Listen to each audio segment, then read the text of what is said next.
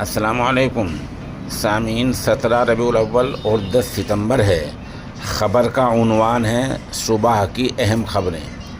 نیپال میں اب تک کیا ہوا۔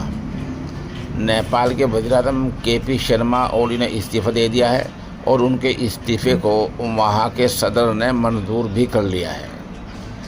کئی ہائی پروفائل لیڈروں کے مکانات پر حملہ توڑ پھوڑ ہوئی ہے اور ان کو جلا دیا گیا ہے۔ سیاسی جماعتوں کے دفاتر پر بھی حملے کیے گئے ہیں۔ پارلیمنٹ میں آگ لگائی گئی ہے، سپریم کورٹ پر قبضہ کیا گیا ہے اور اس طرح بہت سی عمارات مظاہرین نے نظر آتش کر دی ہے، آگ کے حوالے کر دی ہیں۔ پولیس نے ان کو روکنے کے لیے آنسو گیس کے گولے داغے ہیں۔ اس میں ایک وزیر پردیپ یادو نے مظاہرین کے حق میں استعفیٰ دیا ہے۔ وزیر موصوف کا کہنا یہ تھا کہ چونکہ مظاہرین پر سرکار نے بے جا طاقت کا استعمال کیا ہے، اس لیے میں مظاہرین کی حمایت میں استعفیٰ دے رہا ہوں۔ نیپال کے وزیر زراعت رامناتھ ادھیکاری اور وہاں کے وزیر داخلہ رمیش لیکھک نے بھی استعفیٰ دے دیا ہے۔ ادھر کاٹمنڈو کے تریبھون انٹرنیشنل یعنی عالمی ایئرپورٹ سے اڑانیں رد کر دی گئی ہیں اور عالمی ایئرپورٹ کو فوج نے اپنے کنٹرول میں اپنی تحویل میں لے لیا ہے۔ فوج نے مظاہرین کو بات چیت کرنے کے لیے بلایا ہے۔ سوشل میڈیا پر جاری بیان میں فوجی چیف جنرل اشوک راج سکھدیل نے کہا، فوج ملک کی حفاظت کے لیے پابند ہے۔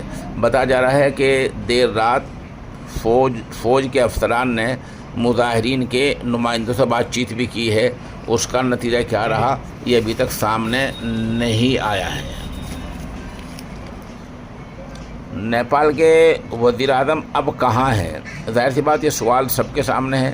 پہلے ان کے دبئی بھاگنے کی خبر تھی، مگر اب عالمی ایئرپورٹ پر بین ہونے کی وجہ سے اور اڑانیں رد ہونے کی وجہ سے کہا جا رہا ہے کہ وہ کاٹمنڈو میں کسی محفوظ مقام میں ہیں۔ مظاہرہ ابھی رکا نہیں ہے۔ نوجوانوں نے بدعنوانی، نیپوٹزم اور بے روزگاری کے خلاف بگل بجا دیا ہے۔ اب تک 22 لوگوں کی موت ہو چکی ہے اور 300 سے زیادہ لوگ زخمی ہوئے ہیں۔ نیپال کی یہ مختصر سے حالات ہیں جو ابھی تک مصدقہ ہیں۔ البتہ نئی سرکار کس کی ہوگی، کون ہوگا، یہ بات ابھی تک سامنے نہیں ہے۔ ادھر امریکہ اور بھارت نے ٹیرف کی وار کے چلتے ایک بار پھر اپنے نئے بیانوں میں ایک دوسرے کو دوست بتایا ہے۔ جہاں امریکی صدر نے کہا کہ وزیر اعظم نریندر مودی ان کے دوست ہیں، وہاں مودی نے بھی ٹویٹر پر ایس پر لکھا کہ ہم فطری دوست ہیں اور بھارت اور امریکہ کے جو رشتے ہیں وہ فطری ہیں۔ ادھر قطر میں کل اسرائیل نے بمباری کی ہے۔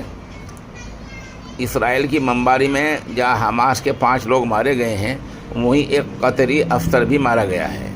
اس حملے پر ٹرمپ نے کہا وہ اس سے بہت خوش نہیں ہیں، مطلب خوش تو ہیں، بہت خوش نہیں ہیں۔ اس حملے میں حماس کے خلیل الحی سمیت 5 افراد مارے گئے ہیں۔ قطر کے اس حملے پر عرب ممالک نے سرے سے کچھ نہیں کیا ہے، جو پہلے سے کرتے آ رہے تھے وہی کیا ہے کہ ایک بار پھر مذمتی بیان داغ دیے ہیں۔ سعودی عرب ہوں یا خود قطر ہو یا OIC ہوں، سب نے مذمتی بیان دیا ہے، اس کے علاوہ کچھ نہیں کیا ہے۔ حالانکہ وہ مل جل کر 50 سے زیادہ ملک ہیں، بہت کچھ کر سکتے ہیں۔ ادھر اتر پردیش کے ضلع بجنور کے تھانہ چاندپور سے نہایت ہی شرمسار کرنے والی خبر آئی ہے۔ گاؤں نارنور میں ایک نابالغ اور ایک بالغ نے 16 سالہ لڑکے سے بدفعلی کی، اس کی ویڈیو بنائی اور وہ ویڈیو سوشل میڈیا پر ڈال دی۔ متاثر گھر والوں نے تھانے میں تحریر دی ہے۔ کہا جا رہا ہے کہ پولیس نے کارروائی شروع کر دی ہے۔ یوپی کی ایک اور اہم خبر ہے۔ اتر پردیش سرکار نے کہا ہے جن لوگوں کے پاس 1 ایکڑ یا اس سے زیادہ جگہ ہے ان کو اب زرعی زمین پٹے پر نہیں دی جائے گی۔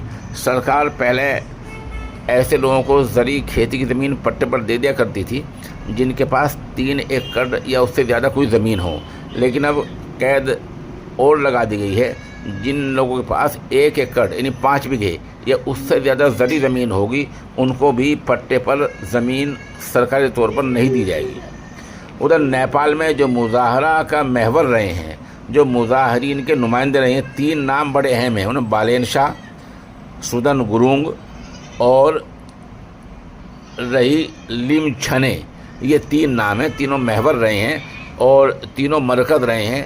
سرکار اگر نئی بنتی ہے یا عارضی بنتی ہے تو ان تینوں میں سے ایک کا نام بھی آ سکتا ہے۔ بالین شاہ کا نام آگے کا چل رہا ہے۔ اتر پردیش کے نیپال سے متصل ملحق اضلاع میں الرٹ جاری کر دیا گیا ہے اور جو بالکل سرحد سے ملحق اضلاع ہیں، ضلع ہیں، ان میں بالکل چوکسی بڑھا دی گئی ہے۔